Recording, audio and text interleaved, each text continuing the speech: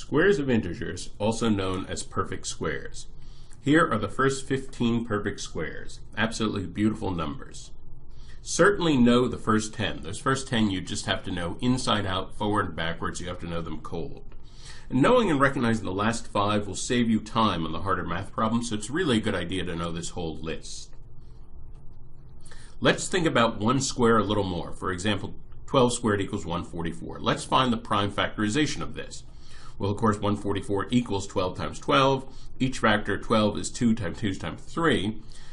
And then when we combine, we get 2 to the 4th, 3 squared. Now, what's interesting here, of course, each factor was, as it were, doubled up because it appeared once in each factor of 12. So 3 appears once in 12, and so it has to appear twice in 144. 2 appears twice in 12, so it has to appear 4 times in 144. So both the exponents in 144 had to be even. And in fact, this is generally the case. The exponents of the prime factors of squares all must be even. You always get this doubling up. Any factor that appears once in n is going to appear twice in n squared. If it appears twice in n, it's going to appear 4 times in n squared, that sort of thing. This means that if we see an unknown number in its prime factorization form and all the exponents are even, we know right away the number must be a perfect square. For example, suppose we're given this number, k equals 2 to the 6th times 3 to the 4th times 5 squared.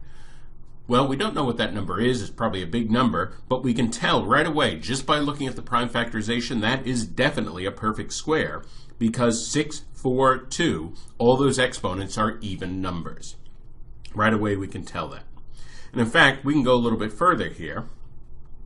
We know that k must be some factor times itself, and that factor would be 2 to the 3rd, 3 squared times 5. Notice all the exponents divided by 2 because they're going to be doubled up when we multiply them together. And in fact, that number in parentheses we can figure out very easily. That number in parentheses, 2 cubed times 3 squared times 5, 8 times 9 times 5, that's 40 times 5, 40 times 9, which is 360. So 360 would be the square root of k, and k would be 360 squared. So all of this we can figure out very easily from the prime factorization. Now, counting factors in a perfect square. In the last video, we talked about a procedure for counting the number of factors in a large number. If you haven't seen that video, you really need to go and watch that video. It's the video before this one. And that way, what I'm going to say here will make sense. It won't make sense when I'm talking about the lists if you're not familiar with the procedure from the last video. So let's pretend that we're going to count the factors in a perfect square. Notice since all the powers of the prime factors of a perfect square are even, when we're counting the factors, the list of exponents will be a list of all even numbers.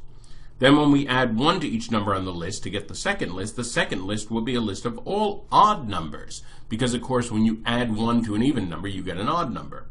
This means that the product of that second list will be a product of all odd numbers, so it will have to be odd. And of course the product of that second list is the number of factors, therefore a perfect square always has an odd number of factors. That's a really big idea. Another way to see this is to think about factor pairs. Think about the factors of the perfect square 36. Think about the factor pairs. Well, of course, one pair is 1 times 36. Of course, 1 is a factor of every number is a factor of itself. 2 times 18, 3 times 12, 4 times 9, all these factors in pairs. But then we get down to 6 times 6. And of course, that counts as only one factor, 6. Well, this is interesting. Every other factor was in pairs, but 6, which is the square root of 36, is all by itself. And thus we have an odd number of factors because we have one unpaired factor. And of course, this is only going to happen for perfect squares. If a number is not a perfect square, all the factors are going to be in pairs. The only time you get an unpaired factor is when you have a perfect square. So one factor of n squared will always be n, which counts as only one factor because it's in a pair with itself. And perfect squares are the only integers with an odd number of factors. So in summary, these are very important ideas for advanced questions on integer properties. In the prime factorization of a perfect square, each prime factor must have an even exponent. If the prime factorization of some unknown integer has all even exponents, that unknown integer must be a perfect square. Perfect squares always have an odd number of factors, and the only integers with odd number of factors are the perfect squares. The greatest common factor. This is sometimes called the greatest common factor and sometimes the greatest common divisor. Both of those mean the same thing. I will use the abbreviation GCF throughout this video for greatest common factor. Finding the greatest common factor of two integers is an important skill in many contexts. So first of all, we have to find out how to do it, and then we'll talk about how to apply it in coming videos. So first of all, what is the greatest common factor of 24 and 40? What do we mean by asking the greatest common factor? Well, think about it this way. We could list the factors. So the factors of 24, those are all the factors of 24. Those are all the factors of 40. Notice that some of those factors they have in common. They appear on both lists. Those are the common factors. So we can make a list of the common factors. The common factors of 24 and 40 are 1, 2, 4, and 8. And on that list, the greatest common factor is just the highest number on that list. The largest number in the common factor list is 8, and therefore 8 is the greatest common factor of 24 and 40. We could always list the factors, identify the common factors, and find the largest. That is the greatest common factor. The problem is, as we have seen, often we have to deal with numbers that are larger, and it would be very time-consuming simply to list all the factors. For example, if we were given two numbers up in the hundreds, it would take a very long time to list all the factors. Instead, we are going to use a procedure involving the prime factorizations. This is one of the many handy uses of the prime factorizations. Suppose we want the greatest common factors of 360 and 800. Well, listing these factors would take forever. We don't want to go down that road. Instead, we're going to find the prime factorizations of both of those numbers. So, 360, obviously that's 36 times 10 or 6 times 6 times 10, and we can simplify that to 2 to the third times 3 squared times 5. 800 is obviously 8 times 100 or 8 times 10 times 10. That simplifies to 2 to the fifth times 5 squared. All right, so now we have prime factorizations. Now here are the questions we're going to ask. What is the highest power of 2 they have in common? So the first one has 3 factors of 2. The second one has 5 factors of 2. And so that means that both of them have at least 3 factors of 2. So 3 factors of 2 is something that they both have. Each has at least 3 factors of 2. Similarly, what's the highest power of 3 they have in common? Well, one of them has 2 powers of 3, but the other one has no powers of 3. So 3 cannot appear in the common factor because one of the two numbers doesn't have it in common. So that just has to be 0. The highest power of 5 in common, one has 1 power of 5, one has 2 powers of 5, so they each have at least 1 power of 5. Well, now we put that together. The common factor has to have 3 factors of 2, 0 factors of 3, and 1 factor of 5. And when we multiply that out, 2 to the third is 8, and then 8 times 5 is 40, and that's the greatest common factor. What is the greatest common factor of 720 and 1200? Pause the video here and try this on your own, then we'll talk about the answer. Okay, so first of all, we find the greatest common factors. We find the prime factorizations of these. Those are the prime factorizations. Now we start looking at the individual factors. So highest power of 2 in common, they both have 2 to the 4th. That's easy. Highest power of 3 in common, we have 3 to the first, 3 to the second, so the highest power they have in common is 3 to the first. Highest power of 5 in common, well, we have 5 to the first, 5 to the second, so the highest power in common is 5 to the first. Therefore, the common factor has to be 2 to the 4th times 3 to the 1st times 5 to the 1st. So in other words, 2 to the 4th times 3 times 5. And if we do a little rearranging, I'm actually going to take one of those powers of 2 and multiply it by the 5. So I'm going to rearrange like this. I'm going to leave 3 of the powers of 2 over on the left, but put one of them next to the 5.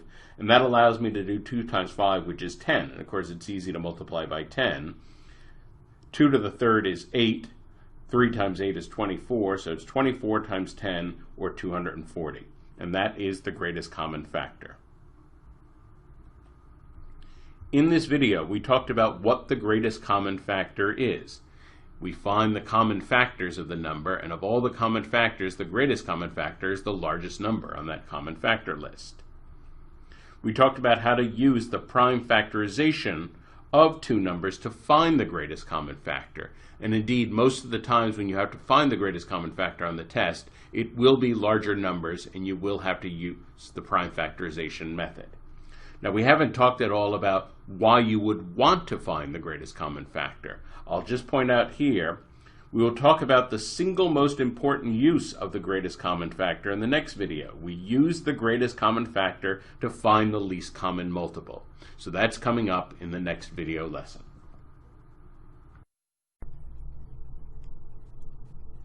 The least common multiple. In this video, it's going to be important to understand everything from the last video on the greatest common factor. So if you haven't seen the previous video, I highly suggest that you watch that before watching this video. The least common multiple is, as we will see later in this video, identical to the least common denominator. LCM, LCD, I'll be using those two abbreviations, really two different abbreviations for exactly the same thing. Let's explore the least common multiple with a simple example. Let's find the least common multiple of 8 and 12. Well, certainly we can find the multiples of 8. Those are the multiples of 8. We can find the multiples of 12. Those are the multiples of 12. Notice that there are some numbers that appear on both lists. They are the common multiples, the multiples that 8 and 12 have in common. We can separate those out and put them on a separate list. These are the common multiples, the multiples that both numbers have in common. That list, of course, is infinite. The lowest member is the least common multiple, which equals 24 here. 24 is the least common multiple of 8 and 12.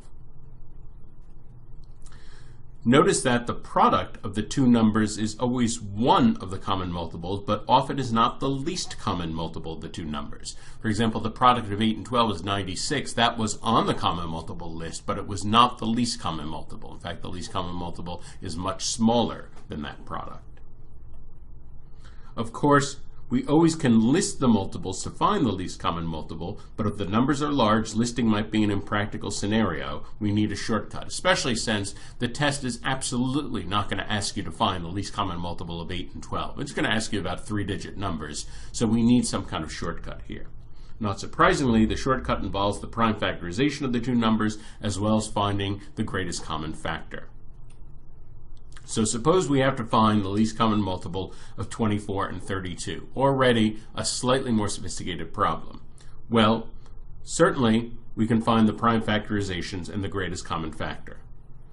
I assume that you can find at this point the prime factorization of the two numbers and the greatest common factor, which here is 8. Now write each number in the form greatest common factor times another factor.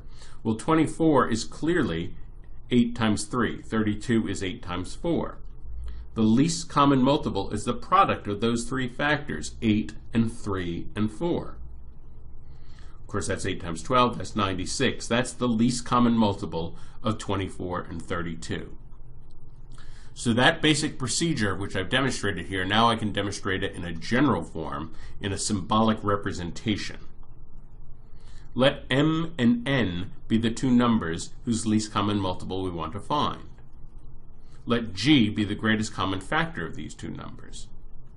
Let n over g equal a, so that we're writing n as the greatest common factor times another number, a. Let m over g equal b, so that we're writing m as the greatest common factor times another number, b.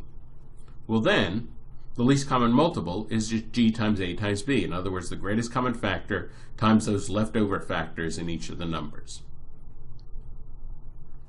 What is the least common multiple of 12 and 75?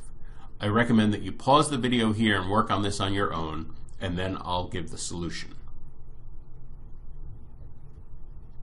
So of course the first thing we're going to do is find the greatest common factor. In fact, for this one, you shouldn't need to do any procedure. This is one with number sense. You should just be able to look at it and see that the greatest common factor is 3. That's the only factor that these two numbers have in common.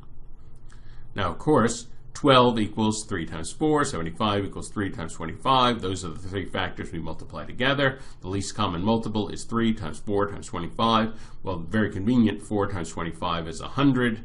So this just equals 300, and that is the least common multiple. Why is it useful to find the least common multiple? Well, for a few reasons. First of all, the test could ask you to find the least common multiple directly. That could be a problem. Find the least common multiple of these two numbers.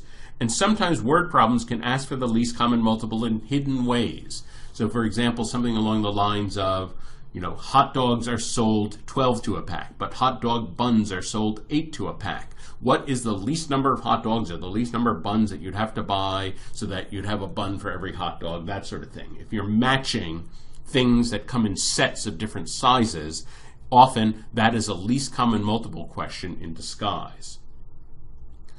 Also, the least common multiple is very important in adding and subtracting fractions because the least common multiple is the least common denominator.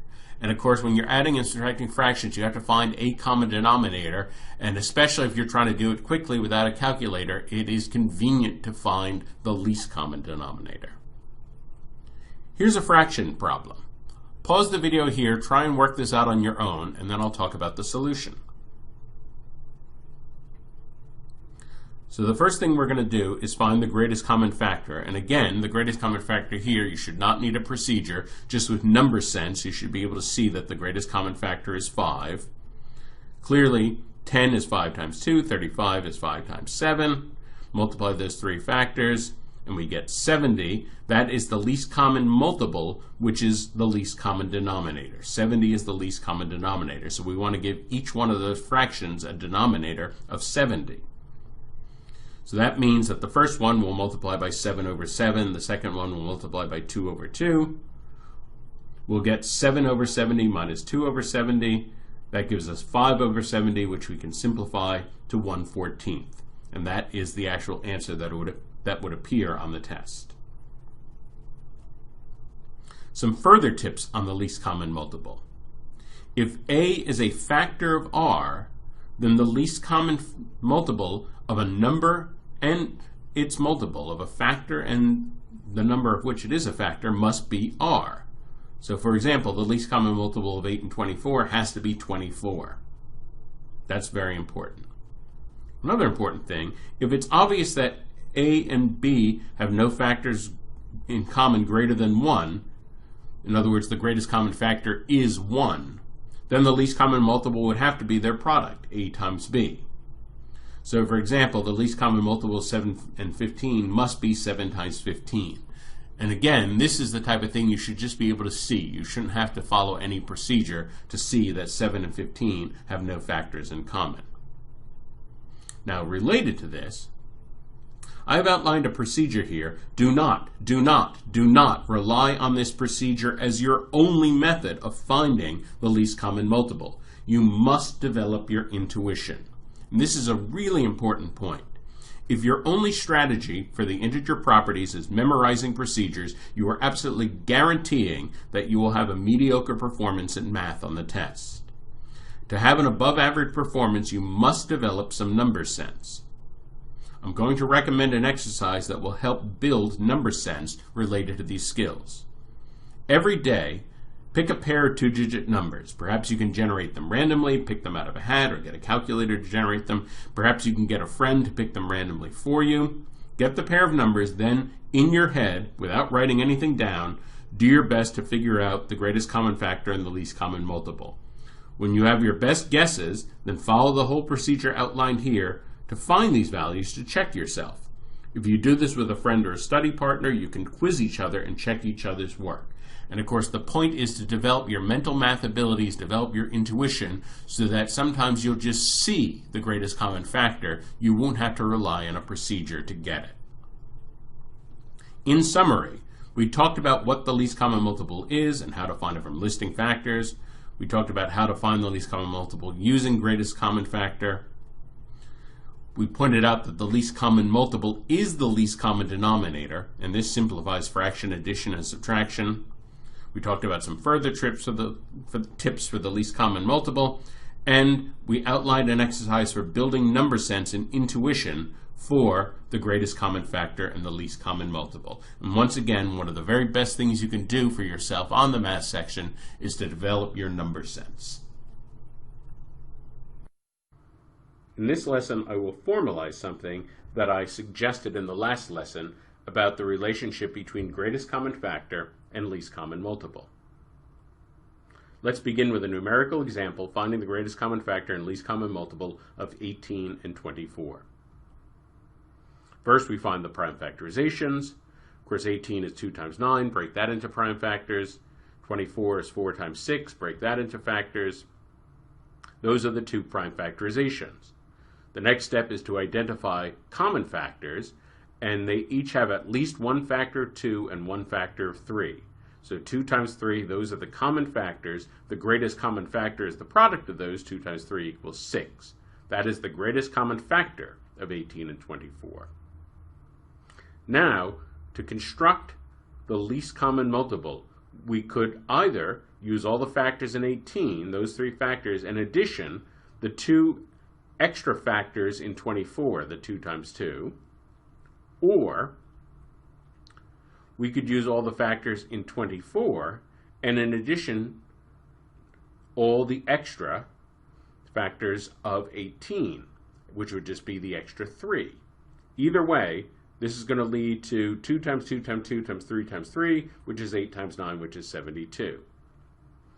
So to make clear this choice, this is a very important choice, we had a choice either to do 24 times whatever 18 divided by the greatest common factor is, or we could do 18 times whatever 24 divided by the common factor is. And either equals the least common multiple. Very interesting. We could consolidate that in the form least common multiple equals 18 times 24 over the greatest common factor. And this suggests a general pattern.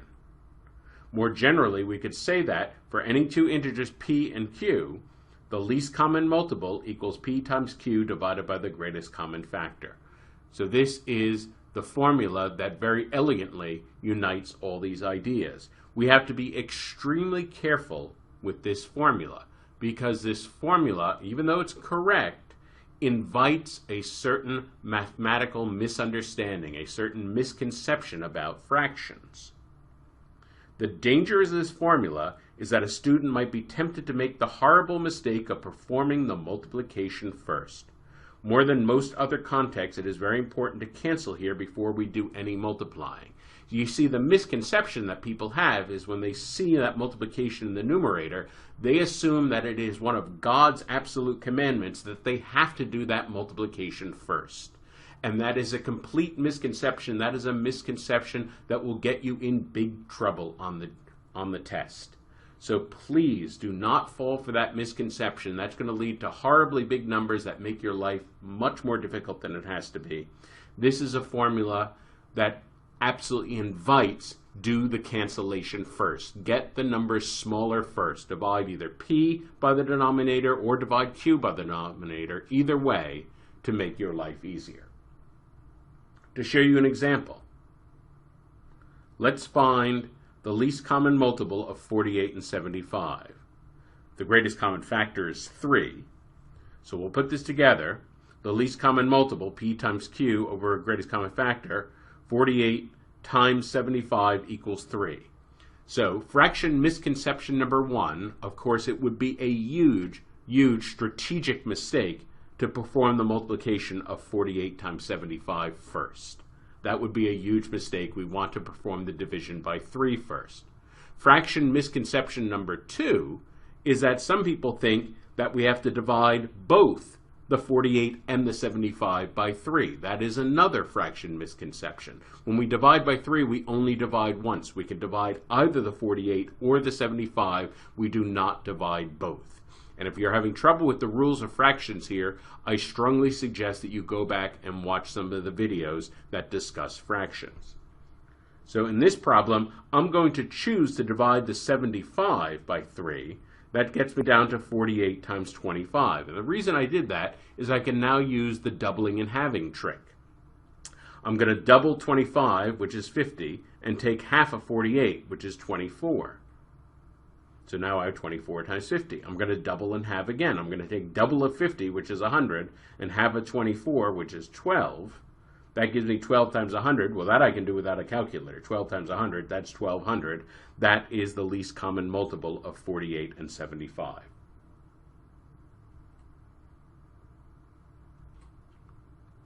So the formula, least common multiple, equals P times Q over greatest common factor, can enormously simplify the calculations to find the least common multiple. Once again, it is very important to have a crystal clear understanding of the laws of fractions so that you can use this equation properly.